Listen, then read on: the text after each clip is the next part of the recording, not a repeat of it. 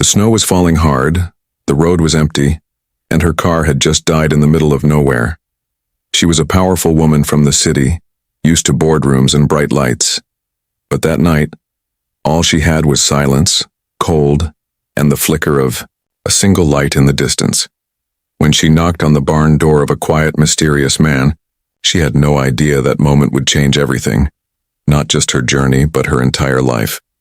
If you're new to the channel, make sure to subscribe, like the video, and let us know in the comments where you're watching from. Now let's jump into the story. The wind howled through the trees like it was alive, bending tall pines under its weight. Snow fell in thick, heavy sheets, covering the narrow country road in a white blanket. Nina Carter gripped the steering wheel tightly, eyes squinting through the frosted windshield. Her luxury SUV groaned, the tires struggling against the ice. Suddenly the engine sputtered, lights on the dashboard blinked, and then silence. No, not now, she muttered, tapping the wheel in frustration. She checked her phone. No signal. She looked outside. Nothing but snow, trees, and a road disappearing into the storm. A cold dread settled in her chest. She was miles from the city, lost on a back road her GPS had chosen as a shorter route to the investor retreat. Now, the storm had swallowed the world around her. Pulling on her thick wool coat, Nina opened the car door. The wind hit her like a wall. It stole her breath and pushed snow into her boots. She wrapped her scarf tighter, took a deep breath, and stepped out. Her black boots sank into the deep snow with each step. Her heels were soaked, her legs numb. Then, in the distance, light. It flickered through the trees, soft and golden.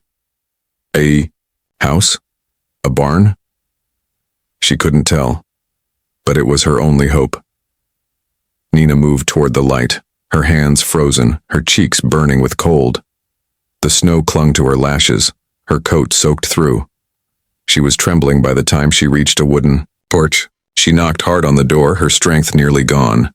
After a long moment, the door creaked open. A man stood in the doorway, tall, broad-shouldered, and quiet. His face was weathered by sun and time, his eyes a calm shade of green. He wore a thick flannel shirt, jeans, and a cautious look. "I'm sorry," Nina said, her voice barely a whisper through her chattering teeth. "My car broke down, I'm lost, I need somewhere warm." He didn't say anything right away, just studied her face. Then, without a word, he stepped back and opened the door wider. "Come in." She didn't hesitate. The warmth hit her like a wave as she stepped inside. The cabin was small but comforting. Wooden floors, a stone fireplace crackling with flames, and the faint smell of pine and smoke. Simple. "Safe. Take off your coat," the man said. "You're soaked." Nina nodded and slowly peeled off the coat, her hands stiff with cold. Her silk blouse was damp and stuck to her skin. He handed her a thick wool blanket from the couch.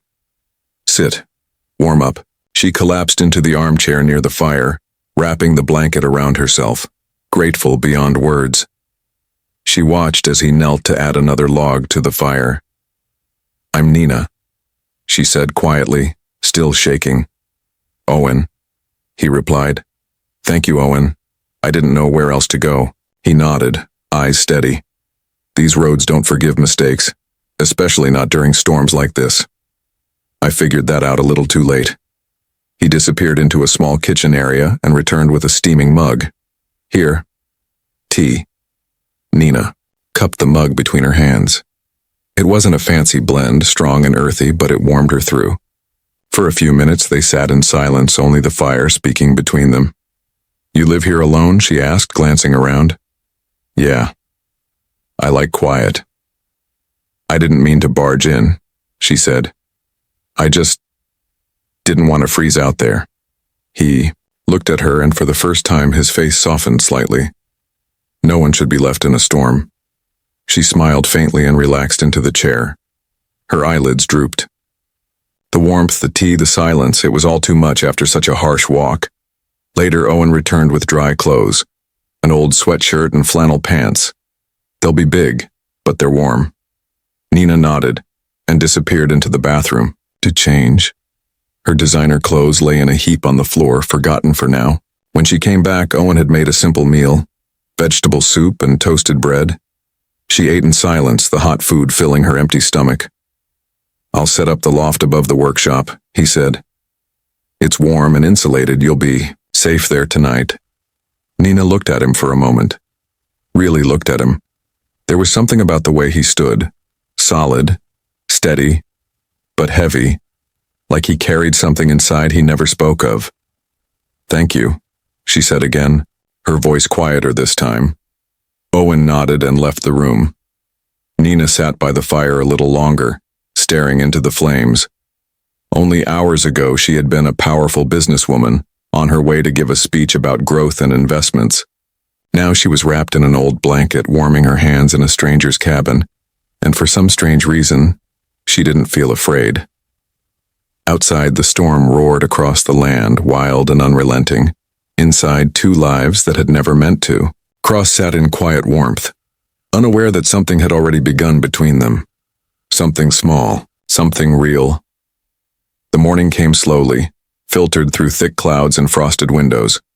Snow still lay deep around the cabin, though the worst of the storm had passed. Inside, the fire had died down, but the room still held some warmth from the night before.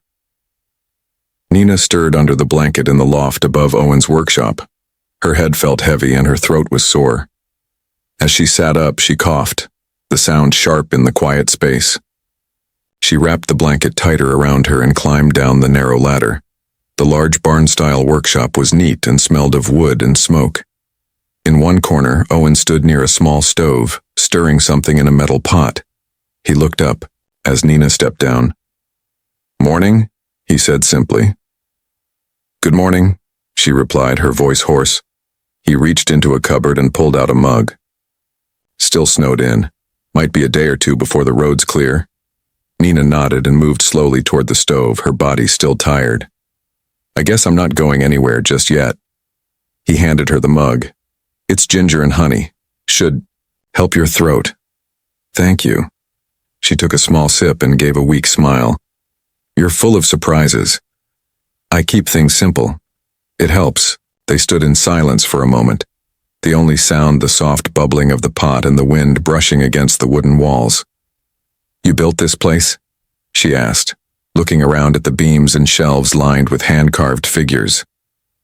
"Most of it," Owen said, wiping his hands on a cloth. "This was my father's land. I came back after he passed." Nina ran her fingers over a small carved bird resting on a nearby shelf. It was smooth and beautifully detailed. "You're very talented." "I used to do it for a living," he said, his voice quieter now.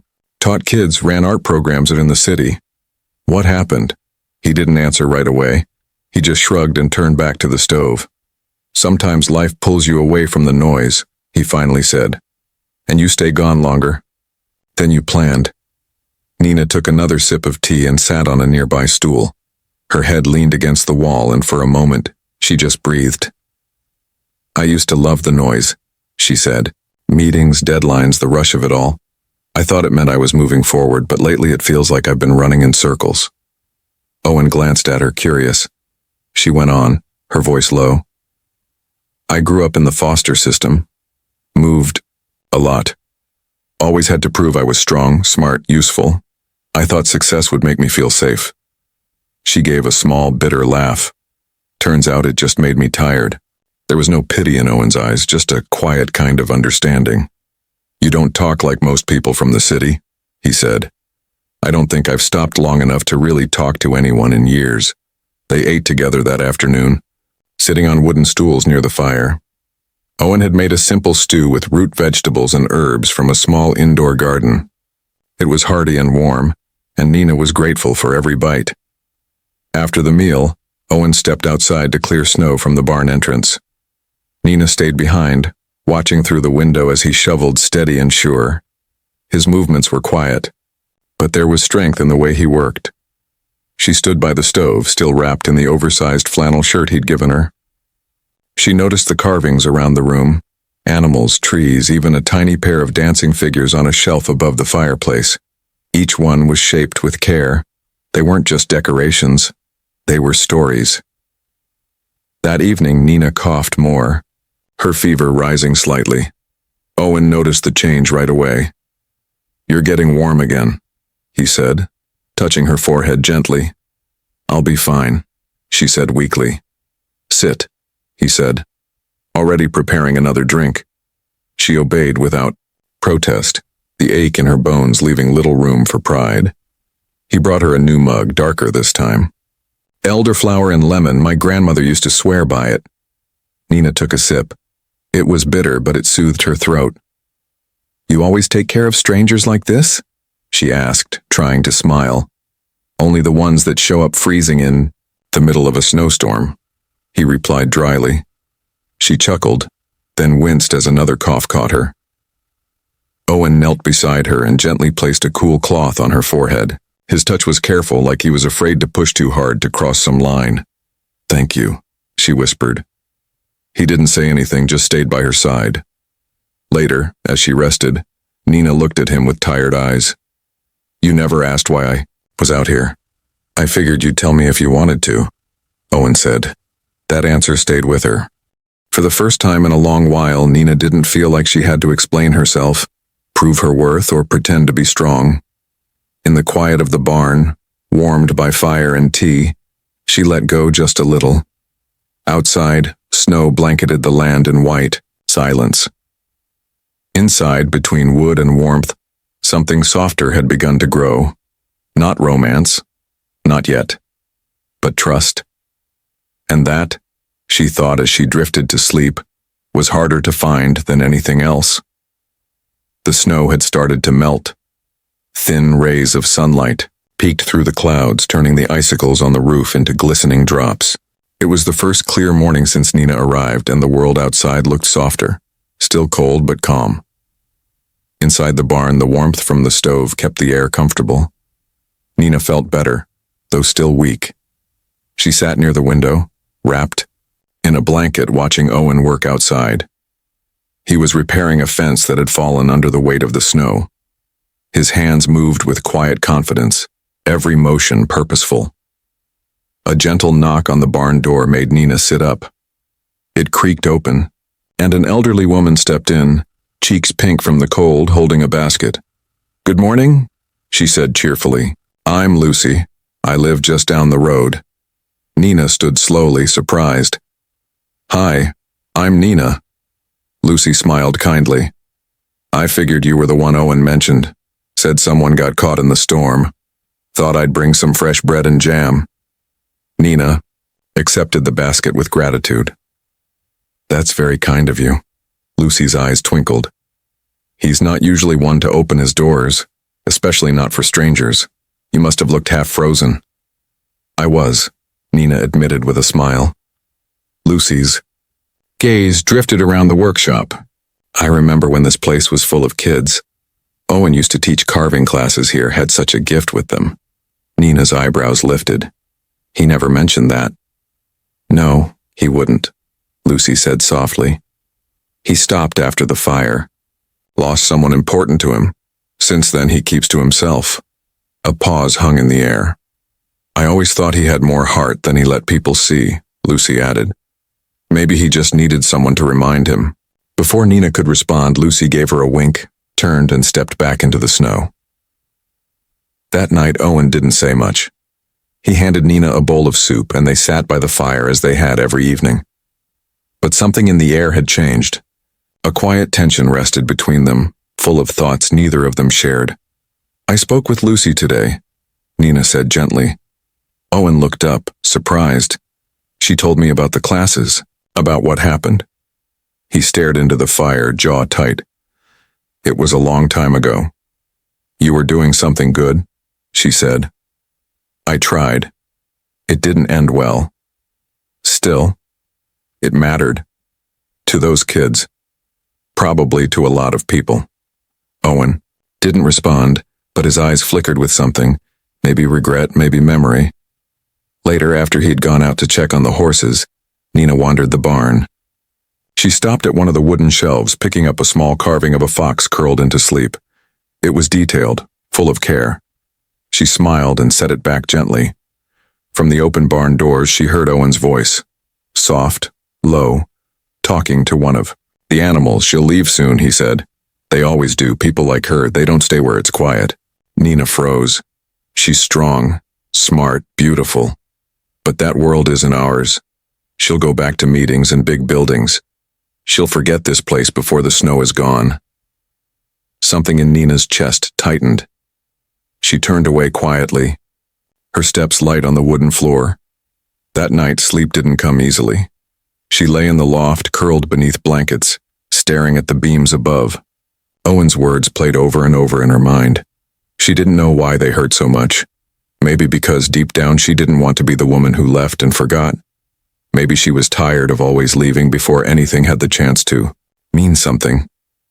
She turned over, pressing her face into the pillow.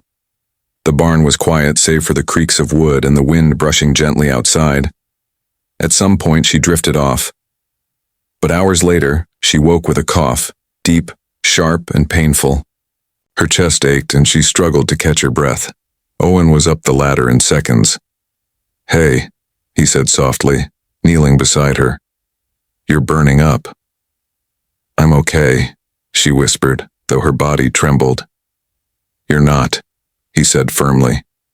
He left and returned with a mug and a damp cloth. "Drink this, it's not pretty, but it helps." She sipped slowly. The taste was bitter and strange, but it warmed her throat. "What is it?" she asked hoarsely. "Pine and mint. An old trick." He dipped the cloth in cold water and placed it gently on her forehead. "You should rest." Nina looked at him, her eyes glassy. "You didn't have to take care of me." He shrugged. "You showed up at my door. I couldn't just turn you away." She hesitated. "I used to get sick, a lot when I was younger." Owen didn't speak, he waited. "Foster homes," she continued. "Sometimes I'd hide how sick I was, afraid they'd think I was a burden. I once had a fever for 3 days before anyone noticed." He clenched his jaw but said nothing. "I've never told anyone that," she said, voice soft. He met her eyes. "Why me?" She looked down. "Because you didn't ask." The silence between them wasn't empty. It was full of something real. Owen adjusted the blanket around her. "Get some rest," he said again gently. As he turned to leave, she reached for his hand and held it for a moment, just long enough to say what words couldn't. Outside, the snow was still melting. Inside, something much slower was beginning to thaw. The snow was gone now. In its place, soft patches of grass peeked through the damp ground, and the first hints of spring had begun to bloom. Birds had returned to the trees. The wind was no longer bitter. It carried the smell of thawing, earth, and quiet promises. Nina stood at the edge of the gravel road, a suitcase in her hand, her coat flapping gently in the breeze. The sky above was clear, touched with soft clouds. She stared ahead at the familiar barn, the same one she had once stumbled into, cold and afraid. She had left this place weeks ago. The morning she returned to the city, Owen had walked her to the road without a word. He hadn't asked her to stay, she hadn't asked him to come with her. They had parted with a silence that felt heavier than any goodbye. But back in the city, nothing felt the same. Meetings continued. The same emails filled her inbox. The same voices praised her work. Yet every coffee shop, every polished hallway, every carefully spoken conversation reminded her of what was missing. It wasn't just Owen. It was the feeling of being known without needing to explain herself. It was the stillness of a barn warmed by fire, the peace that came from being seen as more than a title or a name. She had spent so long building her world, only to realize it wasn't the life she wanted to live. So Nina packed her things, left a letter for the board, and drove through the winding roads again. This time not as a stranger, but as someone ready to begin something real. She took a deep breath, stepped forward, and knocked softly on the barn door. It opened slowly.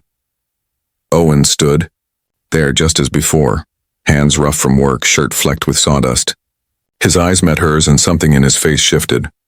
Not surprise, not shock, but something gentle like the closing of a circle. "I wasn't sure you'd come back," he said. Nina smiled, her voice steady. I wasn't sure either, but I couldn't stay away. He stepped aside to let her in. The barn was as she remembered, warm, full of wooden shelves and the quiet smell of pine and smoke. She placed her suitcase near the door and turned to him. I left everything, she said. My job, the apartment, all of it. Owen raised an eyebrow. For what? For peace, she replied. For purpose, for something that feels honest. He studied her for a moment. Then he walked to one of the shelves, reached behind a carved fox and pulled out something small. A folded piece of paper. He handed it to her. Nina unfolded it slowly. It was a sketch, rough but full of heart. It showed a large barn, a garden beside it, and a wooden sign that read, The Haven, a place to grow. I had this idea, Owen said quietly. A place where young people, the ones who've had it rough, could come learn a trade, build something with their hands, find shelter, maybe even a second chance. Nina stared at the paper, her eyes stinging with emotion. I want to help, she said softly. I want to make this real. So they did. Months passed. Together, Nina and Owen turned the barn into something new. They cleared space, built work tables, painted walls. They reached out to local shelters, to youth programs, to anyone who would listen. The Haven opened its doors in the fall. There was no big speech, no press release, just a steady stream of young people who needed someone to believe in them, and found that belief in Owen's calm voice and Nina's steady hand. Nina no longer wore high heels or carried a tablet everywhere. She wore boots, rolled up her sleeves, and learned how to carve wood, paint fences, and grow vegetables. Her hands changed. So did her heart. Owen still didn't say much, but he smiled more, laughed sometimes, and every morning he left a mug of tea by Nina's workbench before she arrived. One evening, as the sun dipped low, Nina stood beside him in the garden they'd planted. The sky was golden and the air smelled of lavender and soil. You know, she said, this is the first time I've ever felt like I belong. Owen looked at her, then gently took her hand. You've always belonged, he said. You just had to find the right place. She leaned her head against his shoulder, and for a long moment they stood in silence. Not the kind that comes from distance, but the kind that feels like home. Later that night, as laughter from the kids echoed through the barn, and the stars blinked into the sky, Nina looked around at everything they had built, not from wealth, not from power, but from kindness, second chances, and something deeply human. This wasn't the future she had once imagined. It was better. Because some roads don't lead to the life you planned, they lead you home.